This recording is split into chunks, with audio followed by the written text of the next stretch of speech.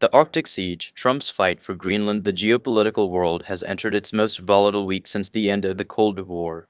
On Sunday, January 11, 2026, President Trump spoke from Air Force One, escalating a diplomatic dispute into a global security crisis. He confirmed the United States is actively seeking to take ownership of Greenland, stating that if the US doesn't take it, Russia or China will. The logic of the takeover: the U.S. administration argues that Greenland is no longer just a territory but a national security priority.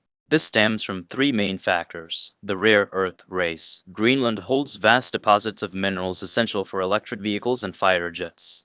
With China controlling 90% of the world's rare earth processing, the U.S. sees Greenland as the only way to break that monopoly.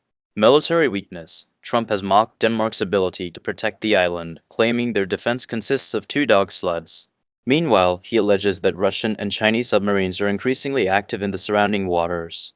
The Maduro precedent. Following the recent military operation that captured Venezuelan leader Nicolás Maduro on January 3, 2026, the White House is signaling a new era of regional dominance. Critics call this the Trump corollary to the Monroe Doctrine. The controversy: the hard way or the easy way. Trump has stated he would prefer to acquire the island the easy way, through a deal or purchase. However, he has explicitly refused to rule out the hard way, which many interpret as the threat of military force. This has sent European capitals into a state of panic. The reaction from Denmark and Greenland. The response from the Arctic has been a firm, unified no. Greenland's Prime Minister, Jens Frederik Nielsen, stated clearly on January 13, "We do not want to be American."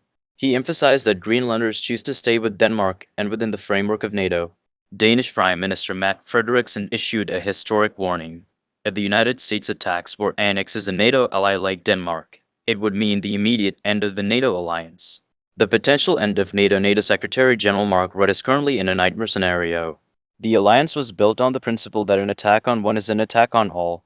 If the U.S., the alliance's leader, annexes the territory of another member, the core foundation of Western security evaporates.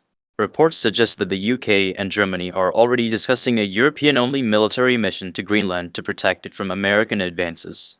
Why it matters now: this is no longer just a real estate deal. It is a fundamental clash between the U.S. desire for resource security and the international law of territorial integrity. As of today, the U.S. is moving at high speed to resolve the Greenland question, while the rest of the world waits to see if the oldest defense alliance in history can survive the pressure.